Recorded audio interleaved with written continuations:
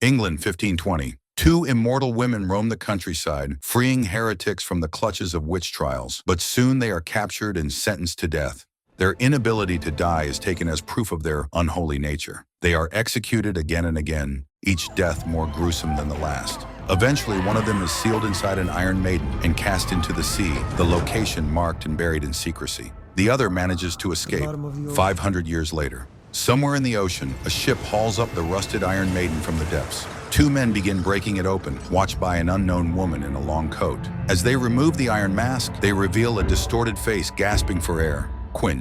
Her features are twisted from centuries without oxygen. She takes in her first breath of fresh air in 500 years and screams, overwhelmed by the terror and disbelief that her suffering is finally over. Meanwhile, Andy's team, Niall, Joe, Nikki, and Copley, prepares to infiltrate the seaside mansion of a notorious arms dealer. The estate is heavily guarded and equipped with getaway vehicles ready for escape. Aboard a speedboat, Niall scans the shoreline, spotting cannons hidden from land view, posing a potential threat to her friends. Copley grumbles about the mansion being packed with surveillance equipment, making infiltration extremely tricky. On top of that, internal jammers will cut off communication the moment they enter. He briefs Andy just as Niall breaks the tension by jokingly asking, "Do I ever get a day off?" The team laughs, but Copley reminds them that back when they started saving the world, they never had days off. Andy cuts the chatter and assigns Joe and Nikki to handle the fence. She doesn't want a repeat of 1853. The guys protest, reminding her that that time, there were cannons they didn't see, but everyone remembers it was Booker's fault. He was the lookout, and a cannon took his head clean off. They couldn't find it for hours in the bushes, and, for obvious reasons, he wasn't much help. A somber silence falls as they remember their fallen comrade. Andy breaks it. Time to get to work. Niall reports that two guards have moved toward the shore, though the big guy is still unaccounted for. Andy silently takes down a guard and reminds Copley that he's mortal and better stay back. The two slip into the estate's grounds, where Joe and Nikki are already causing chaos. During the fight, Joe loses his thumb, but simply reattaches it and it instantly heals. They reach the parking lot and jump into a car. Of course, the house security notices and gives chase, exactly what Joe and Nikki wanted. As most of the guards speed off after the runaway duo, Andy and Copley head into the mansion.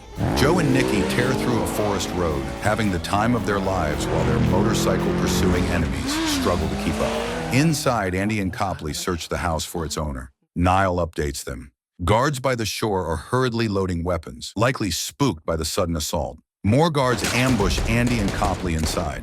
Andy grabs a sword and dispatches a few. Copley reminds her that she's lost her immortality, urging caution. Working together, they take down the rest. Back outside, Joe and Nikki continue luring the bulk of the security away. Niall guns the speedboat toward the shore, bursts onto land at full speed, shoots down several guards, and moves to support Andy and Copley. Niall scales the house wall, even as a guard fires at her. She reaches him unharmed, knocks him out, then takes down reinforcements coming to his aid. Andy is locked in a brutal fight with a massive guard. Copley is also grappling with an attacker. Niall comes under heavy fire and, to escape, jumps from the balcony using a flagpole, crashing into the room where Andy and Copley are fighting. She opens fire and takes down their enemies, giving the team a much-needed edge. Andy immediately orders everyone to head upstairs. Back on the mountain road, Nikki leaps into a pursuer's car, kills the driver, causing it to spiral out of control and jumps back. Almost. His legs drag along the road at breakneck speed. A biker draws dangerously close, but Nikki boots him into a ravine. Joe swings the car around, knocking another motorcycle off the road. Nikki climbs back inside, already healing his mangled leg. But then, at the next turn, they collide with another car. Their vehicle veers off the road and plunges into the water. Meanwhile, inside the mansion, Andy, Copley, and Niall ascend to the second floor, casually noting they've taken down about 16 guards. Just then, a man, their target, bursts into view. He tries to resist but is gunned down, tumbling over the gallery railing and crashing to his death below. Niall picks up an antique spear with a grin, drawing a dry joke from Andy. At the same time, Joe and Nikki emerge from the sea, completely unharmed. Copley thanks the team for a job well done and informs them that his intel crew will be there any minute. Time to vanish. That evening, the team kicks back with drinks and board games. Niall wins again, teasing Andy about the downsides of being immortal. Joe, meanwhile, gently pulls Nikki away, worried that his partner might be drinking a bit too much. As the men leave, Andy thanks Niall for her performance. She was brilliant today.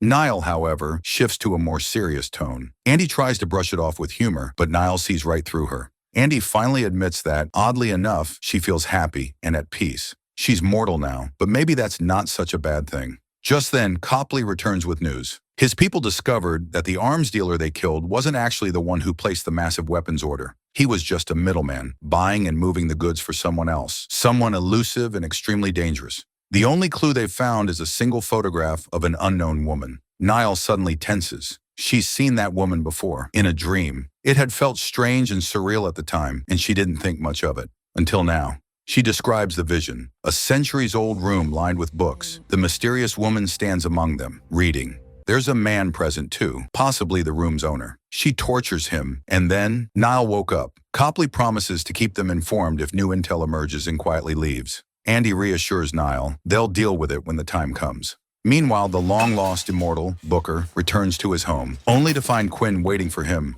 She greets him calmly and admits she's been expecting him. She wants to find Andromache. Sometime later, Booker is dragged into a car with a bag over his head.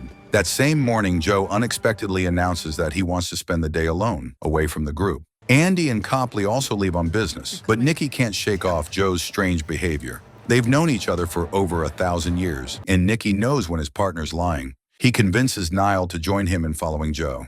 Elsewhere, in a secluded house by the sea, Quinn interrogates Booker. He insists he doesn't know where Andromache is. He was exiled from the team, and even if he did know, he wouldn't betray them. He's also confused how Quinn found him. She reminds him that he spent months wandering through bars and cafes in Paris. Realizing he's telling the truth, she orders her people to give him clean clothes. Then unexpectedly, she asks whether Andy ever mentioned her. Booker admits that Andy never forgot her, not for a single moment, but Quinn speaks with bitterness. All those years of torment, she believed that Andy must be suffering too, locked away in some otherworldly prison. And yet, Andy was free and never even tried to find her. Booker denies that, but Quinn doesn't believe him. Meanwhile, Joe arrives at a residential building in Paris, only to find Nikki and Niall waiting. They've discovered that Booker had been living here and are furious that Joe has been secretly meeting with him, but Joe explains that Booker is alone. Yes, he had been angry with him for a long time, but now he just feels sorry for him. As the three argue, Niall searches Booker's apartment and discovers blood everywhere. Something clearly happened. Booker might be in danger. They rush to find Andy, but Andy and Copley are in Seoul, South Korea. Andy asks Copley to wait outside while she meets their contact. He agrees. She enters a peaceful garden where a man is already waiting. He knew she would come. He invites her to sit, offers her tea, and notices Quinn's necklace around her neck. Andy mentions Niall's strange dream. The man nods. He already knows. He invites her into the library to discuss it in a more suitable place. Andy agrees, but then admits something. She no longer believes in the Immortal's purpose, not until her friend discovered the ripple effect. The man asks to meet this clever friend. Andy calls Copley inside. When they're introduced, the host reveals his age, 2,300 years. Copley, despite being only 43, doesn't even flinch. The three descend into the underground library. Copley is stunned. The space is filled with ancient volumes. The host explains, all of it is about immortals, facts and myths gathered across centuries and civilizations. Every thread has a cause and an effect. A life saved in Ghana leads to a Nobel Prize 3 generations later, and so on. Andy's gaze lingers on an empty shelf. The librarian, Tua, explains that it once held volumes about her team of immortals, but they were stolen, taken by a woman named Discord, though she has gone by many names throughout history. She is older than any of them, because she was the first. Copley objects, wasn't Andromache the first? Tua admits this was intentional. No one was meant to know who came before. Fear, even in good people, can lead to horror. Imprisonment, isolation, the kind of suffering Quinn endured. He and Discord were there that day. He wanted to help Quinn, but Discord forbade him, promising that such evil would not go unpunished. Andy suddenly remembers he saved her that day too. After Quinn's execution, Tua returned to his books. Discord disappeared, only to spend the next 5 centuries amassing unthinkable power and wealth so that she would never again be afraid of anyone or anything. But Copley points out that she consorted with criminals and tyrants. Whatever her reasons, she hasn't brought much good into the world. Tua sighs. He doesn't know what Discord wants from Andy and her team, but now that she has their history, they are vulnerable. Discord is not one for mercy. Upon hearing that Andy has become mortal, Tua is visibly shaken, but he agrees to go with her. Sometime later, the entire group reunites in Paris. Andy introduces her old friend to the others, Tua, the librarian. The Immortals are stunned. They never knew others like them existed. But Tua explains that he asked Andy never to speak of him. Niall informs the group about Booker's disappearance. She's sure Discord is behind it, but why she'd want him remains unclear. They begin to piece together what little they know of the mysterious woman. Then Joe's phone rings. It's Booker. Soon after, Joe and Nikki find him sitting alone on a bench and bring him back to Andy. Booker wastes no time. Quinn is alive and back. He hands Andy a letter from her. It's full of bitter accusation. Quinn writes that Andy never searched for her, never tried to help, and now she demands to hear Andy's apology, in person. She's waiting for her in Rome. Andy immediately begins to prepare for the journey. Niall protests. Andy is mortal now, and she needs protection. Andy agrees to take her along. Back in Paris, the others stay behind. They begin to get to know Tua and attempt to rebuild trust with Booker, though the wounds of his betrayal still linger. On the road to Rome, Andy stops at a roadside restroom, haunted by a memory, an old battlefield where Quinn once stopped her from killing a soldier, reminding her she wasn't a ruthless murderer. That moment now echoes with guilt and regret. Eventually, Andy and Niall arrive at the designated meeting place. Andy goes in first and spots Quinn in a small square. Time seems to freeze. They both stand still, as if transported back into the past, but reality returns. Andy apologizes. Quinn speaks of the darkness, the cold, the centuries of suffocating silence, her body screaming for air. Andy asks why she didn't come to her, but Quinn accuses her of failing. Time means nothing to them, and instead of saving her, Andy used that time to help mortals, people who had imprisoned her. The conversation stalls. Both women are right in their own way. Andy pleads for her to let go and rejoin the team, but Quinn refuses. She won't fight for mortals, not after they locked her away for hundreds of years. Andy tries to explain. She's mortal now. Quinn doesn't want to hear it. She turns and walks away. Andy chases after her. Niall follows. Suddenly, Quinn spins and attacks. Andy begs her to stop. She doesn't want to fight, but Quinn is furious, deeply wounded. The two women clash in a fierce battle until Niall rushes in and shouts, "Stop! Discord is here!" Both turn and they see her. Discord is walking calmly down the street, already moving away. Niall runs after her. Andy makes to follow, but Quinn stops her. In that moment, Andy realizes Quinn knows Discord. That must be how she escaped the Iron Maiden. She begs her to stop, to talk. Quinn rips off the necklace from Andy's neck, her necklace, and curses her. Then she disappears into the crowd. Andy runs after Niall, but she's already lost in the swarm of people. Meanwhile, Niall catches up with Discord in an old cathedral. The woman stands before an image of Christ, her voice calm and cutting. She remembers being there centuries ago and can still smell the stench of hatred in the air. She wants to know, why does a model Christian like Niall tolerate Andromache's flirtation with God? Niall denies it. They help people. That's what matters. But Discord presses harder. It was Andromache, she says, who once convinced her to abandon her family. Andy is obsessed with controlling the course of human life, and Discord intends to stop her. Niall is the last of the immortals, and her line will soon end, but she carries a great power. The two of them, Discord insists, were marked by fate, the first and the last. It is their duty to end immortal interference in the world. She reveals a birthmark on her arm, and so does Niall, the same shape, marked by destiny. Then Discord leaves, vanishing into the shadows, leaving Niall with more questions than answers. Later, Tua suggests they might track Discord through Rome's massive surveillance system. Niall shares the conversation, but her friends are at a loss. What does it mean that she's the last? What happens next? What do they do about Quinn? No one has answers. Yet. Later, Tua pulls Booker aside and asks a curious question. Has Niall ever wounded Andy? Booker thinks for a moment, then recalls their very first meeting. Niall did strike Andy during their initial fight. That's when Tua shares his theory. That wound may have been the key. There's an old legend, one even Discord knows. A wound inflicted by the last immortal can strip any immortal of their power. It would explain how Andy lost hers. Tua believes Discord intends to use Niall to kill them all, but the legend also says that a wounded immortal can pass their gift on to another, but only by choice. If that's true, Andy's immortality could be restored if someone willingly gives it up after being wounded by Niall. Later, Booker approaches Andy. He tells her that after they win this fight, he's going to walk away again. Andy urges him not to say such things, but Booker confesses he's past his expiration date. He lost his sense of purpose. Maybe now is the right time for someone like Quinn to return. Andy admits she wishes that too, but she's afraid Quinn will never forgive her.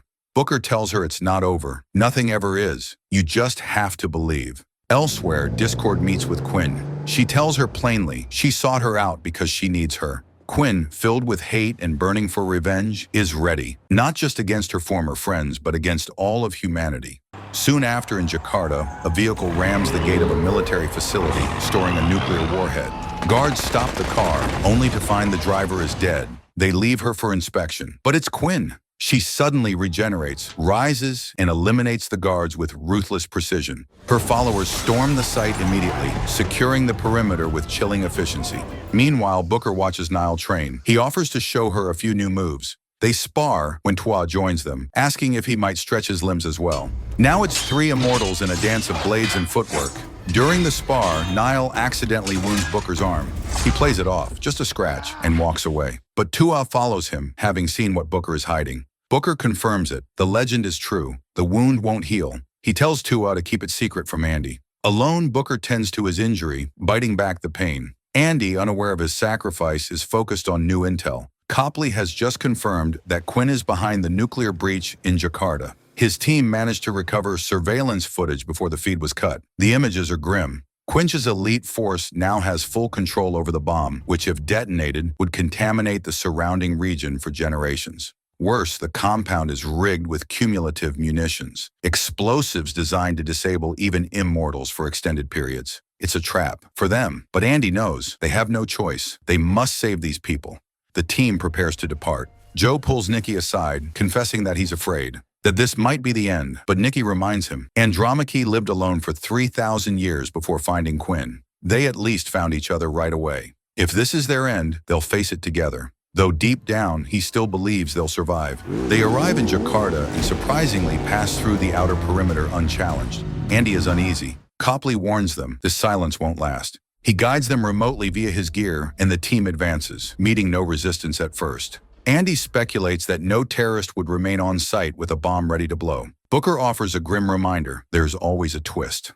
Right on cue, armed assailants descend from the ceiling. The battle begins. Nikki is the first to be wounded. He pushes through and joins Joe. Together, they rush toward the control room, only to encounter one of the cumulative devices. It detonates. The blast hurls them across the hallway. But then, the sprinkler system activates, neutralizing the munitions. Joe and Nikki recover, storm the control room, and take out its guards. Elsewhere, Andy and the others clash with Discord's fighters. Then Andy realizes what the twist is. Before she can act, she's disarmed, hit by multiple tasers. But Andy flips the tide, wrenching the weapons from her attackers and turning them against them. Meanwhile, Copley desperately tries to access the facility's system to guide the team to the bomb.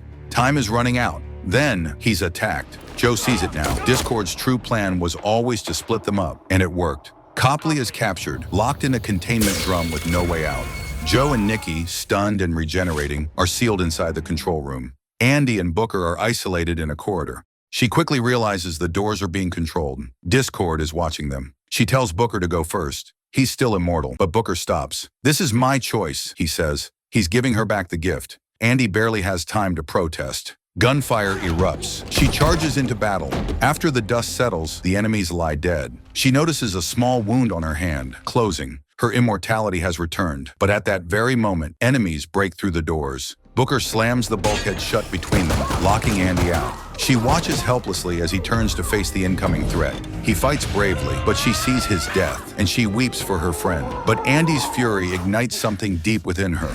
With a scream, she shatters the doors and bursts free from the corridor trap. Meanwhile, Niall comes face to face with Quinn. Quinn, calm but intense, offers her a place by Discord's side. But Niall, still loyal, reminds her that she was once Andromache's friend. How could she betray her like this? The words strike a nerve. Quinn explodes with rage and lunges forward. Niall counters swiftly, striking a clean blow. But then, Quinn freezes. Her wound isn't healing. She looks down, stunned, and realizes she's mortal now. Before Niall can react, Discord appears behind her. She plunges a blade into Niall's back.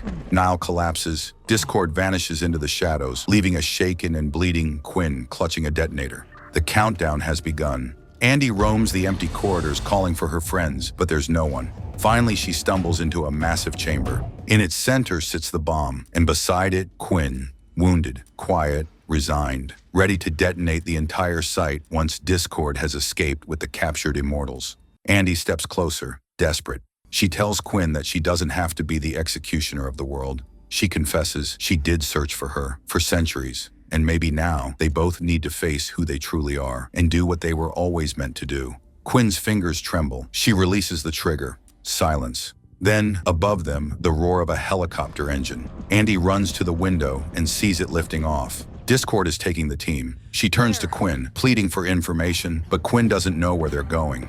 Andy doesn't hesitate. She runs. She races through the halls and bursts out into the open air, just in time to see the helicopter still low over the ground. With a leap, she grabs the landing gear, clinging on as it rises. The pilot fires at her. Andy takes a bullet and falls. She hits the ground hard, groaning, watching the helicopter disappear. But then, it turns back. Discord descends from the aircraft and steps into the clearing. She calls out to Andy, challenges her to a duel. The two immortals draw steel. Their blades clash in a violent storm of fury and skill. Neither gains ground. They are equals. Above them, the helicopter circles. Then, Andy scores a hit. Discord recoils. Blood pours from a gash in her arm. It doesn't heal. Andy sees it and understands. Discord's rage stems from this. She has lost her immortality, and she wants it back. Discord admits it. Time has become precious. She'll do anything to regain what was stolen from her. She claims that Niall, already mortally wounded, will soon kill the others and deliver their immortality to her. Andy lashes out in fury, but Discord parries the blow. She warns Andy. She knows how to bend people through pain, even immortals, especially them. With a swift motion, she drives her sword into Andy's chest. Andy collapses, gasping, but Discord smiles. She knows Andy will recover. She promises to return when their powers are once again equal. Then she boards the helicopter and vanishes into the sky. Andy, still weakened, crawls back to the chamber. She finds Quinn slumped beside the bomb, bleeding. Andy gently bandages her. They sit in silence. Later, as Andy dozes off from exhaustion, Quinn quietly pulls a blanket over her, watching over her friend at last. Some time passes. Andy scours old texts, searching for any trace of Discord's whereabouts. She finally stumbles upon a faded photograph. Something in its background offers a clue. She shows it to Quinn. Quinn admits she didn't know Discord was mortal. Andy invites her to help bring their friends back. Quinn smiles faintly. "You know I always go in first." The two women suit up. Blades, gear, resolve. They're going to war, and once again the story ends at the height of tension, leaving just enough behind to hope for a third chapter, where the immortals will face their final reckoning.